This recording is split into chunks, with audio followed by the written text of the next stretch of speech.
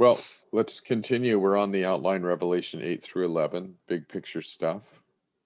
We were talking about trumpets in the Old Testament, what they're primarily used, what situations where they're used. And we talked about the installation of a king. They're used in worship, which is associated with kingship.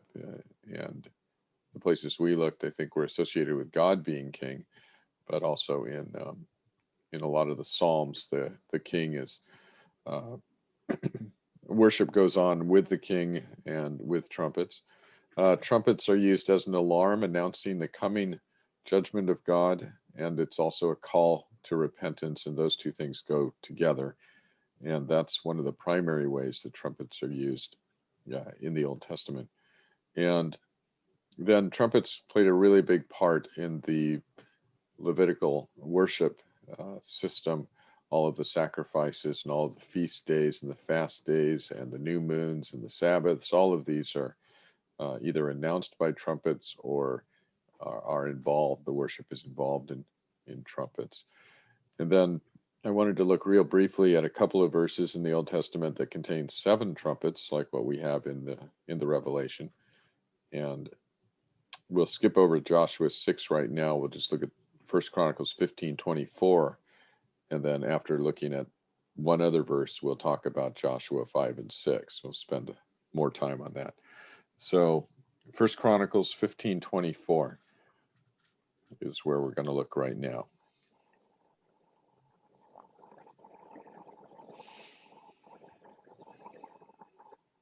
So this is the setting. The setting here is David is bringing the ark into Jerusalem. And you'll remember it had been captured by the Philistines and was out of Israel for some time. And then it was brought back on a cart by some cattle back to Israel. And then several people died because of it. And so David left it where it was for a long time. And now he's decided it's time to bring it back to Jerusalem. And so David, following all the proper procedures that are outlined in Leviticus, is now bringing the ark back, carrying it on poles and with trumpets and all that. So in verse 23, it's kind of giving us a description of who is involved in this and what they're doing. Berechiah and Elkanah were to be the doorkeepers for the ark. Shebaniah, Josaphat, Bethanel, Amasai, Zechariah, Benaiah, and Eleazar, the priests, were to blow trumpets before the ark of God. Obed-Edom and Jehiah were also to be doorkeepers for the ark. So we have 7 people, each blowing a trumpet, going before the ark. And doesn't say the number 7 there, but you can count the people and assume that they're all using one trumpet each. It would be a little bit more difficult if they had more than one trumpet each. Or less. Or less, yes. They're sharing one trumpet. But when it says a gatekeeper or a doorkeeper for the ark, what is this gate or door they're talking about? I knew somebody would ask that, and I have no idea because I didn't spend enough time looking at it. I thought it might mean people who would open up a gate or a door so that they can carry it through. But yeah, it might be that, especially because of the arrangement here. You have doorkeepers mentioned in verse 23, and then the trumpets, and then the doorkeepers. So it sounds like 2 groups of doorkeepers, one at the front, one at the back. right. So it could be that. That would make sense. Let's look at Nehemiah 12:41. So again, remember the situation. It's just the ark is being brought into Jerusalem, so it's a celebratory scene, and the ark coming to Jerusalem symbolizes God coming into his holy city and coming to where he will rest and be with his people. And so it's a picture of an ascension. It's an ascension scene where, and in fact, literally it would be an ascension because as they went into Jerusalem, they're actually going up a hill and bringing the ark. So the next one I say was Numbers 12:41. Not Numbers, sorry, Nehemiah 12:41.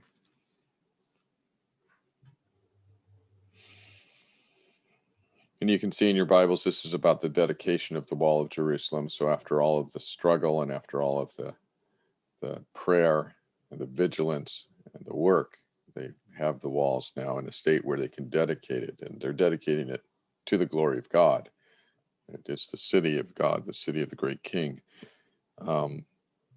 Verse 40, the two choirs that gave thanks then took their places in the house of God. So did I, together with half the officials, as well as the priest, Eliakim, Maaseiah,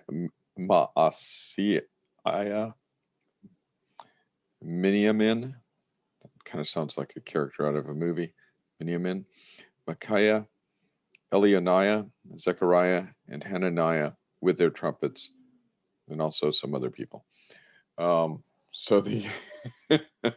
So again, 7 names with trumpets. They're going to come in. They're going to blow the trumpets when at the appropriate time during the ceremony for the dedication. I find it. I just note. I don't have any significance that I attach to this at this time, although there might be some, that we have the 7 trumpets associated with a wall and a dedication of the wall. And in Jericho, you have the 7 trumpets obviously associated with the falling of a wall. So you have, if you put those two together, you have decreation picture, the falling of the wall, and establishment, recreation, or creation picture in the building and dedication of a wall. So I find that noteworthy, although I don't want to attach a lot of significance to it at this point. So now I want to look at Joshua 5 and 6. Let's go there. This is, I think, the major background, one of the major backgrounds for the trumpet judgments in the book of Revelation. And not just the 7 trumpets and the fall of the city. Those things are the same in both places. But also, I think we have perhaps the 144,000 being sealed also, I think, shows up in this passage that we're going to read. And shows up in the same order. In the Revelation, the 144,000 are sealed, set apart by God, sealed, marked as his own. And we saw that 144,000 in Revelation 7 is the army of the Lord. And we got there because we looked at the lists in the Old Testament that contain both a tribe name and a number, and it turns out there's only 2 of those lists, and they're both in the book of Numbers, and they are the census of the military-aged men. So it's the army of the Lord. So I came to the conclusion that when we look at Revelation 7 and the 144,000, we're looking at the army of the Lord, and they're sealed before any of the battle type scenes in Revelation show up, occur. And here we have in, I think we're going to have a similar thing happen here in Joshua. So, did everybody read this recently? Some people say, okay. Not chapter 5. Not chapter 5, okay. All right, so I'll go with, I'll read chapter 5, at least all the way up through 12, 1 through 12 right now. Now, when all the Amorite kings west of the Jordan and all the Canaanite kings along the coast heard how the Lord had dried up the Jordan before the Israelites until we had crossed over, their hearts melted, and they no longer had the courage to face the Israelites. So God had just dried up the Jordan in the previous chapter so they could cross. And previous to that, you'll remember in the book of Joshua, was the incident with Rahab. That's in chapter 2. And Rahab says that all of the people in the land are under fear. They're all fear and trembling of the Israelites. They're afraid of the Israelites because they know what God did for them by drying up the Red Sea 40 years before. These people they'd probably been living in terror for 40 years. These people are coming out of Egypt and they're coming toward us, and it's only like a 3-day journey from Egypt to us, but yet the Israelites go, so maybe they're coming this time. They're gone again. Maybe they're coming this time. There they go. There they go. So it was, You mentioned one thing, and yeah. this is completely really off this subject, but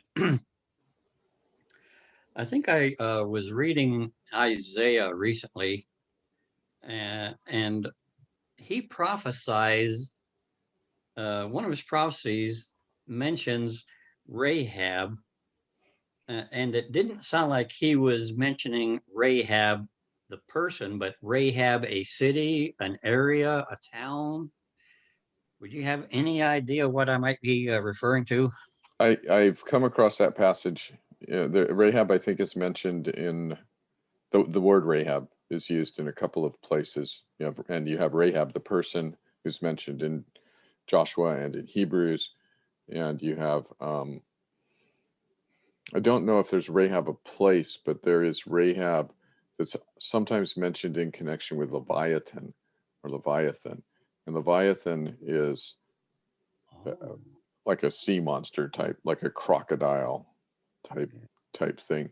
And Rahab then is thought by most of the people that I've seen comment on it, thought to be a sea monster type thing. You stilled Rahab, you tamed Rahab, and it's just God is Lord over all the things, even the things that man can't tame, and so it's used like that.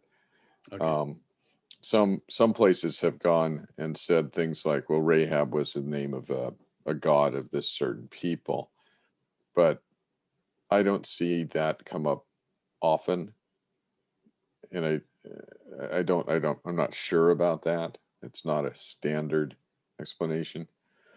So, Okay. but yeah, for what it's worth, I think your ESV study or your Spirit of the Reformation study Bible will probably have a note there at that Isaiah passage that says something about sea creature. Yeah. And Behemoth, that also is one of the ones that comes up. Leviathan, Behemoth, and Rahab. Rahab comes up less than the other two. Um, the other two come from Job, and they're also in Isaiah. Rahab shows up with them. So, yeah. So let's see. I had just. Alicia has a question. Oh yeah, yeah. Sorry. I I don't have a question. I did some research on Wikipedia of that Rahab, Oh, and one of the references when it explains how you spell her name in Hebrew, and there's a reference to it being broad or large, and in Arabic it's in parentheses and it says it's a vast space of land. a vast space of land in Arabic. Okay. Okay. So yeah. So I'll mention here that there are some words and concepts, very few of them, but there are some that only occur once or twice in the Old Testament, and Old Testament scholars are not completely sure about what they are or what it means, and this falls into that category. Um, so they usually define things by context or association, and so that would be. But that's yeah. So I was saying something about, oh yes, the Israelites, right? They're coming across in the wilderness, and the people in Canaan had been expecting them to come and attack them, probably right away after the Exodus. And then as time went on, they probably got less and less sure that the Israelites were going to attack them. But I'd imagine every time they circled around and came close to the border, that the people on the other side would get a little bit apprehensive. And this time now the Israelites are coming. But the thing that had made them apprehensive in Canaan was that the water had dried up, the water of the uh, Red Nile, Sea. the Red Sea. Yeah, sorry, the Red Sea. And but now what the Lord does is he miraculously performs the same miracle for them, and they cross the Jordan on dry land. And I think this would have just pretty much made everybody wanted in Canaan just want to, give up. I don't. They're already terrified, and that was the one miracle that really got them. And now here it's just happened, and yesterday the Israelites have crossed the Jordan on dry land. Oh no. Yeah. So They crossed the Jordan Creek, probably. yeah, it was only 6 inches deep, right? Yeah. No. But even then, it's not dry. Yeah. It actually says it was at flood season when it happened.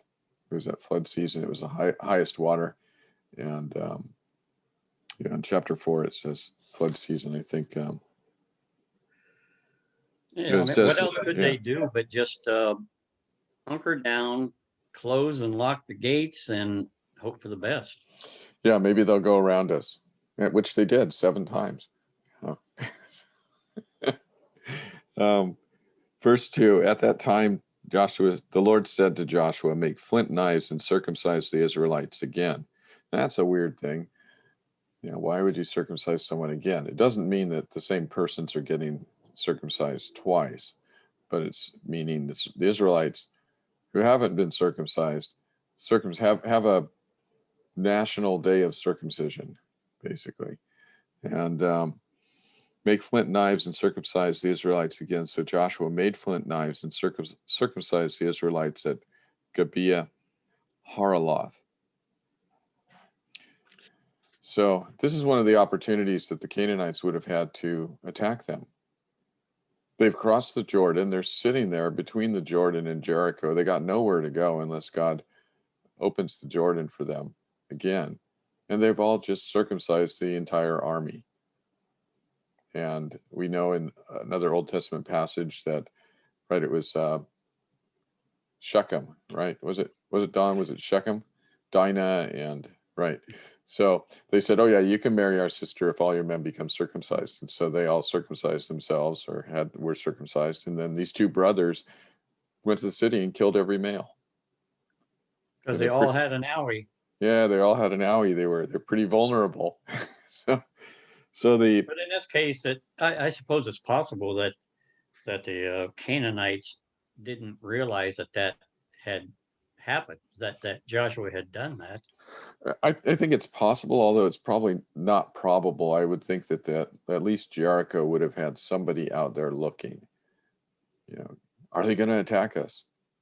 That kind of thing. Oh no, they're just all circumcised and groaning in agony in their tents. Yeah. Blood everywhere. Yeah. Verse 4. Now this is why he did so. All those who came out of Egypt, all the men of military age, died in the desert on the way after leaving Egypt. All the people that came out had been circumcised, but all the people born in the desert during the journey from Egypt had not. The Israelites had moved about in the desert 40 years until all the men who were of military age when they left Egypt had died, since they had not obeyed the Lord. For the Lord had sworn to them that they would not see the land that he had solemnly promised their fathers to give us, a land flowing with milk and honey. So he raised up their sons in their place, and these were the ones Joshua circumcised. They were still uncircumcised because they had not been circumcised on the way. And after the whole nation had been circumcised, they remained where they were in the camp until they were healed. Why weren't they circumcised before? Why weren't they? Yeah, why weren't they? Because they'd fallen away from the directions to do that at birth. Absolutely. And all their military aged men had died in the 40 years that they were circling around Canaan. Yep. So and I think another reason could be that it hadn't really become a set habit among the Jewish people yet. Like it did eventually later. It was just an automatic thing on the 8th day you circumcised them.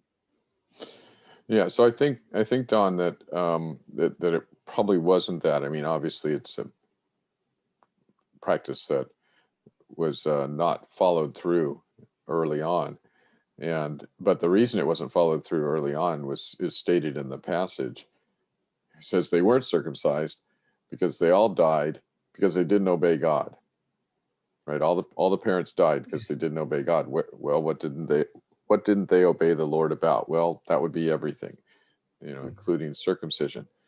And so the Lord, when he had had the Israelites circumcised originally, that was to show them that they were his people set apart for him. And he told them, circumcise your sons on the 8th day, all of you. This is the sign of the covenant, right? The sign of the covenant, you're to circumcise.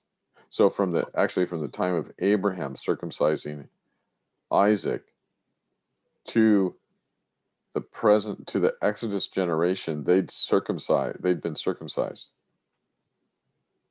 And then that generation is so wicked, that generation that gets delivered out of Egypt is so wicked and perverse that they don't associate themselves at all as the Lord's people. They don't circumcise their children. They don't obey the Lord. They argue with his prophet for 40 years. God expresses that he wants to destroy them and make Moses a great nation. When Moses intercedes, a picture of Christ averting the wrath of God from his people who are undeserving. And so this is an indictment, basically. And the way the paragraph is written is, it's really interesting. I mean, it's mentioned more than once that they weren't circumcised. And it's a shame, and it's almost a sarcastic way that it's like they weren't circumcised. The person writing is probably one of them. It's either Joshua or one of them, because he uses the word us, right? He says us in verse. Well, he uses the word we in verse 1. Right now, when all the Amorite kings west of the Jordan and all the Canaanite kings along the coast heard how the Lord had dried up the Jordan before the Israelites until we had crossed over. It's the first person account. So Joshua is commanded by the Lord here in chapter 5 to recircumcise, to circumcise again, or to circumcise the army and all of the people of Israel, all the men of Israel. And why? Because of the unbelief of the former generation of all of the parents, the unbelief of the parents. So the children were not circumcised. They were not marked with the sign and the seal of the covenant. It's set apart in a way that they would remember, set apart to the Lord. And I think we have a lot of a lot of military men in that camp that wish that this had been done when they were a baby. Oh yeah, pretty much every one of them. You know? And so they're going in on the battle is coming. They haven't got to the battle yet. They're circumcised. They've been delivered from Egypt, and they've come now actually into the promised land. And now they're sealed by God as his people, marked out as his people. And then they go to battle, which involves sevens, lots of sevens, lots of trumpets, and the city falling. And I see this pattern in the Revelation. The Jewish people or the Christians are delivered. They're brought into the new land. I'm not talking about a geographical land now. I'm talking about spiritually. They're brought in from the kingdom of darkness to kingdom of light. They are sealed by God. 144,000 is a picture of the sealing of the army of God. And then that army participates in the seal and the trumpet judgments. And the trumpet judgments end with the city falling amidst a whole bunch of sevens. So we have this kind of pattern going on here. So we'll keep reading.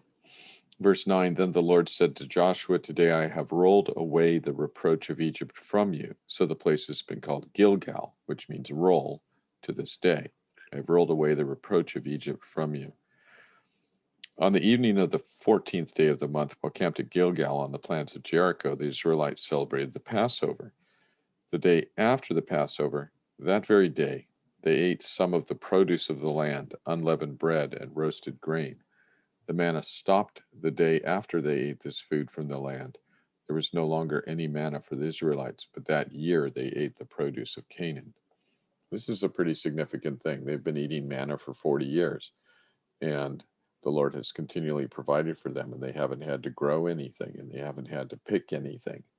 and they haven't had to go out there and kill anything. The Lord's been providing for them. And that's because, so the manna symbolizes the period in the wilderness, right? The wilderness wandering. It's a period of instability. It's a period of not having a place to put your, it's it's not really a home. It's not it's the period of unfulfilled promise. But they cross the Jordan, they're circumcised, and then they celebrate the Passover, which is a celebration of the Lord's deliverance of them out of Egypt, which follows on in the text right after the naming of the place they were circumcised, Gilgal, where God rolls away the reproach from Egypt. So we have, God rolls away the reproach by again marking them as his own people, taking them to himself. They celebrate the Passover, celebrating the deliverance of the Lord from that dark kingdom into the Lord's own people. And the day after that, they eat some of the produce of the land, and the manna stops, because the Lord is now saying to them, this is a new thing. We are now in a new thing. It goes from wandering to land. It goes from, I had written down a couple of things. Let's see if I can find them actually. Yeah. And I wonder, was this produce that was just growing there, or does this indicate that they had been there for a period of time, planted their own, and were now harvesting? Yeah, I think it's just produce that's there. It's the stuff that the spies saw, wild grapes growing and things like that. So the Lord is moving them from this temporary situation, which was the wilderness wandering, to a permanent situation where they'll have a home. And he is replacing the manna with actual produce. It's wild produce at this point, but it symbolizes them planting their own crops and things like that. The wandering is replaced with settling down. And the wilderness itself, which is a wild place, is replaced with land, which they can cultivate and which has been cultivated and worked by other peoples. And so we have a transition going from one set of one period of God dealing with his people in their wanderings to now God is dealing with them in the land. And so we're approaching the fulfillment of the promises, which is why the manna ceases there and they get to partake of the blessing of the land. So let's go on to the next chapter, verse 13. Not the next chapter, the next episode. Now, when Joshua was near Jericho, he looked up and saw a man standing in front of him with a drawn sword in his hand. And Joshua went up to him and asked, "Are you for us or for our enemies?" "Neither," he replied, "but as commander of the army of the Lord, I have now come." Then Joshua fell face down to the ground in reverence and asked him, "What message does my Lord have for his servant?" The commander of the Lord's army replied, "Take off your sandals, for the place where you are standing is holy." And Joshua did so. So the commander of the Lord's army comes with a message for Joshua, and the message is, take off your sandals. It doesn't seem really significant, right? But actually it's very significant, because isn't this what the Lord said to Moses at the burning bush? Mm-hmm. Right. So what we have here then is Joshua being pointed out as the new Moses.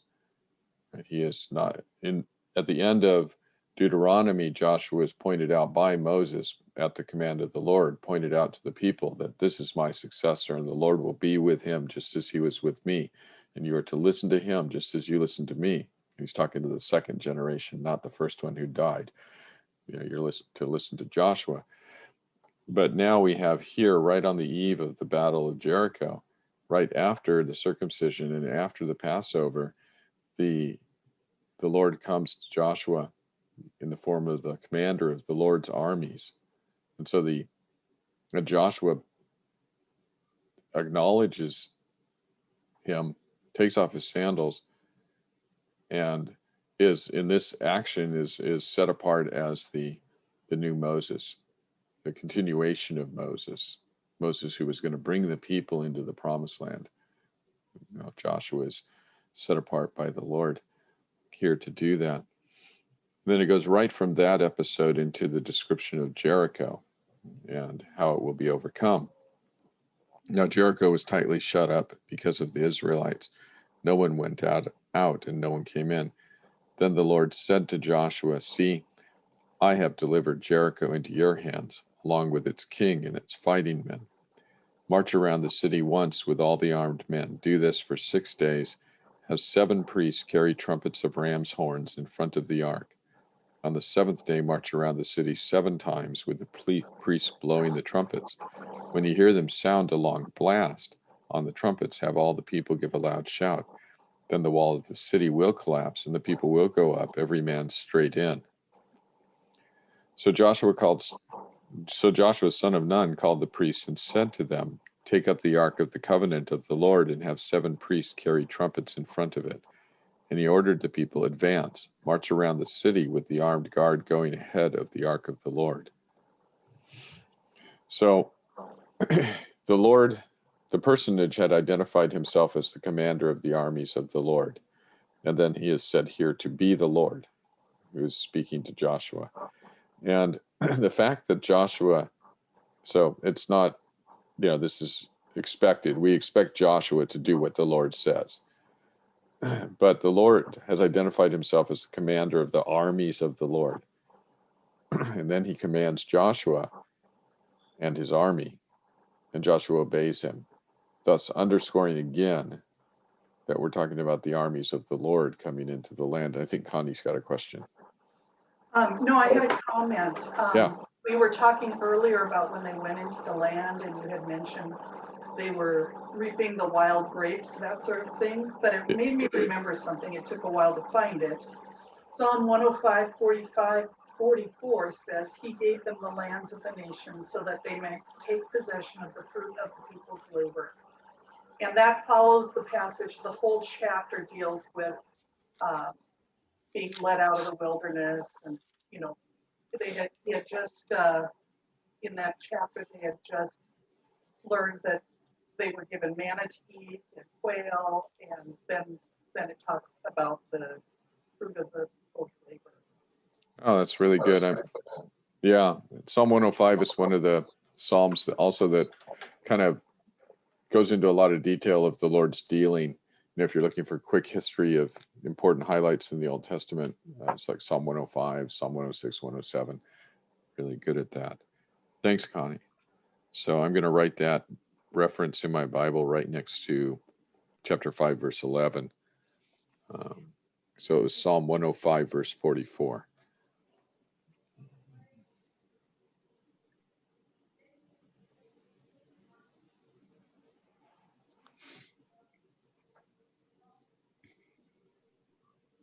Yeah, good reference. Let's see, where are we? Verse 8. When Joshua had spoken to the people, the 7 priests carrying the 7 trumpets before the Lord went forward, blowing their trumpets, and the ark of the Lord's covenant followed them. The armed guard marched ahead of the priests who blew the trumpets, and the rear guard followed the ark. All this time the trumpets were sounding, but Joshua had commanded the people, "Do not give a war cry, do not raise your voices, do not say a word until the day I tell you to shout, then shout." So he had the ark of the Lord carried around the city, circling it once. Then the people returned to camp and spent the night there. Joshua got up early the next morning, and the priests took up the ark of the Lord. The 7 priests carrying the 7 trumpets went forward, marching before the ark of the Lord and blowing the trumpets. The armed men went ahead of them, and the rear guard followed the ark of the Lord while the trumpets kept sounding. So on the 2nd day, they marched around the city once and returned to the camp. They did this for 6 days. On the 7th day, they got up at daybreak and marched around the city 7 times in the same manner, except that on that day they circled the city 7 times. The 7th time around, when the priests sounded the trumpet blast, Joshua commanded the people, "Shout, for the Lord has given you the city." The city and all that in it are to be devoted to the Lord. Only Rahab the prostitute and all who were with her in the house shall be spared, because she hid the spies we sent. But keep away from the devoted things, so that you will not bring about your own destruction by taking any of them. Otherwise, you will make the camp of Israel liable to destruction and bring trouble on it. All the silver and gold and the articles of bronze and iron are sacred to the Lord and must go into his treasury. When the trumpet sounded, the people shouted, and at the sound of the trumpet, when the people gave a loud shout, the wall collapsed. So every man charged straight in, and they took the city. They devoted the city to the Lord and destroyed with the sword every living thing in it, men and women, young and old, cattle, sheep, and donkeys. Joshua said to the 2 men who had spied out the land, "Go into the prostitute's house and bring her out and all who belong to her, in accordance with your oath to her." So the young men who had done the spying went in and brought out Rahab, her father and her mother and brothers and all who belonged to her. They brought out her entire family and put them in a place outside the camp of Israel. Then they burned the whole city and everything in it. But they put the silver and gold and the articles of bronze and iron into the treasury of the Lord's house. But Joshua spared Rahab the prostitute with her family and all who belonged to her, because she hid the men Joshua had sent as spies to Jericho. And she lives among the Israelites to this day. At that time, Joshua pronounced this solemn oath: "Cursed before the Lord is the man who undertakes to rebuild this city, Jericho. At the cost of his firstborn son will he lay its foundations. At the cost of his youngest will he set up its gates." So the Lord was with Joshua, and his fame spread throughout the land. So we know the story, and it's one of our favorite stories from when we were kids. If we were raised in a Christian home, we heard this story, and it's the Lord is fighting for his people. He overthrows the city. They go in and they participate in some of the battle, but it's already pretty much over when they go in. And what they do is obey the Lord's explicit instructions, even though they sound ridiculous. And they do what the Lord has said, and they are very happy to do it because the Lord is leading them, and they have all the confidence in the Lord that he will bring about what he has promised. And so it only looks silly probably to the people inside Jericho looking over the walls. And they probably were laughing by the second or third day that they were getting serenaded every single day by the Israelites who came by blowing trumpets. Yes, Mom. I don't think they were laughing. I think they were terrified. Yeah, they probably were terrified. Can you imagine? I mean, this was the first, it's so funny. I've known this story all my life, of course. And I never saw before that during the first 6 days, when they only marched around the city once, they were blowing the trumpets as they marched. I never saw the trumpets in that passage before. And I always knew they blew them on the 7th day. But can you imagine every day having this army going around your city blowing the trumpets? And I personally would be terrified. I wouldn't be laughing at them. I'd be saying, what are they doing? What's happening? What's going to happen next? This is weird. This is, Yeah. I'd be scared. We're being attacked by a bunch of lunatics is what you And by day 7, they're going, it's nothing. It's just the practice drill of the tsunami warning. Yeah. Yeah, I think so. Well, I'm not sure, because that's almost like the culmination of 40 years of psychological warfare. Yeah. You never knowing what's going to happen. And then you throw God's science into that. All that marching weakens the walls. Mm-hmm. The movement of that army shook the foundations. So, I mean, of course, God brought the wall down, but there's science behind that too. Mm-hmm. Mm-hmm. Yeah. So the image of Joshua and Jericho and the circumcision, the sealing, all of this gets brought over again into the Revelation. And the thought then, when you as a believer in Christ think of Jericho and you think of Joshua, and you've got nothing but absolute confidence in God and praise for him for his great work, and the realization that all that was necessary for the Israelites to succeed here was to not be the former generation. They had to obey. They just had to obey. And the blowing of the trumpets, we read, in some places, the trumpets are associated with, like it was in Ezekiel, where the trumpet was associated with the word of God.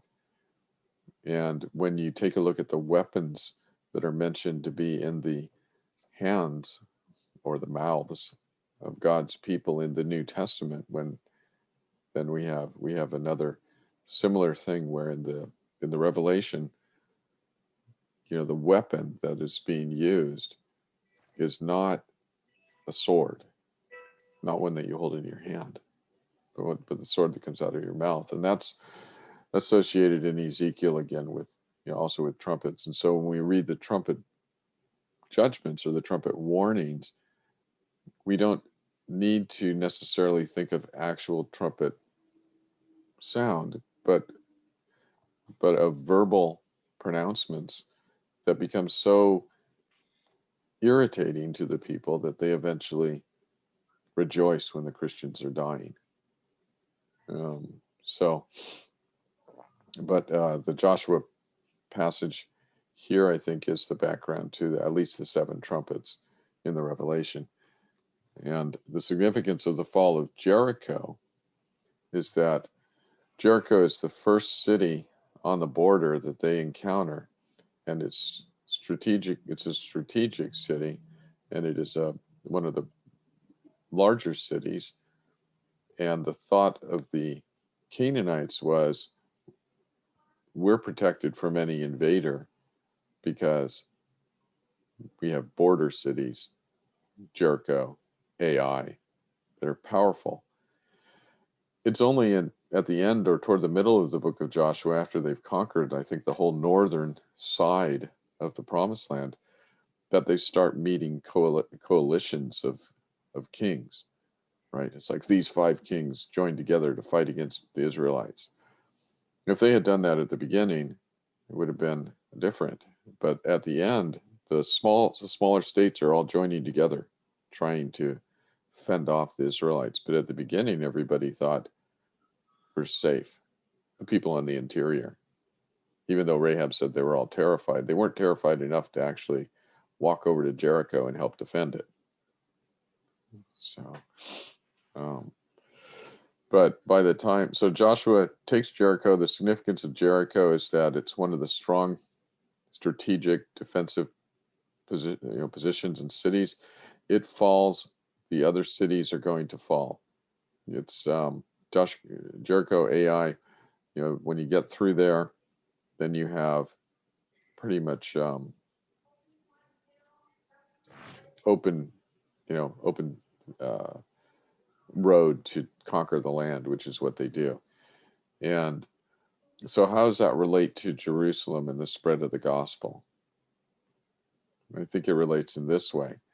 In the early church, what happens is the Lord, so we know that the Lord told the Christians at the beginning of the book of Acts, the Lord tells them that they're to go, Jerusalem, Judea, Samaria, all the world. And so they're supposed to take the gospel from where they were and expand out. And we know that they don't do that at the very beginning. They all stay in Jerusalem. Everybody thought that the Lord's command was, for someone else. And I've been guilty of that, but how did they get spread out? What was it that caused them to start leaving Jerusalem? Pentecost. Well, no, it was actually Pentecost was people came to Jerusalem and then went back to their own places. But the apostles and everybody stayed in Jerusalem. It was actually the persecution of Saul of Tarsus. When he kills Stephen, this becomes the, if you look at Acts chapter 8, you'll see what the response is. Acts chapter 8, verse 1, I think it is. So Stephen is killed in chapter 7.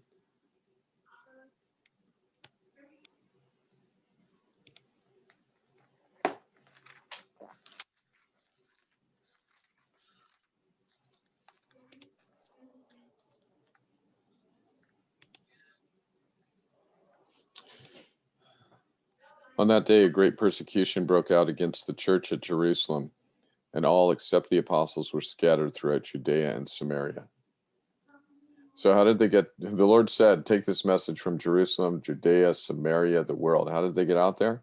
Well, they ran away from persecution. The Lord uses persecution in Jerusalem to scatter his church so that they start fulfilling his command.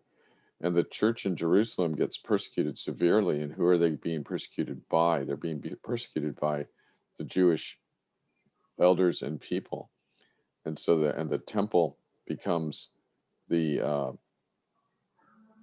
it is the focal point. The temple becomes kind of the symbol of everything that God had done, but now it's been forsaken by God, just as it had been in Ezekiel's day.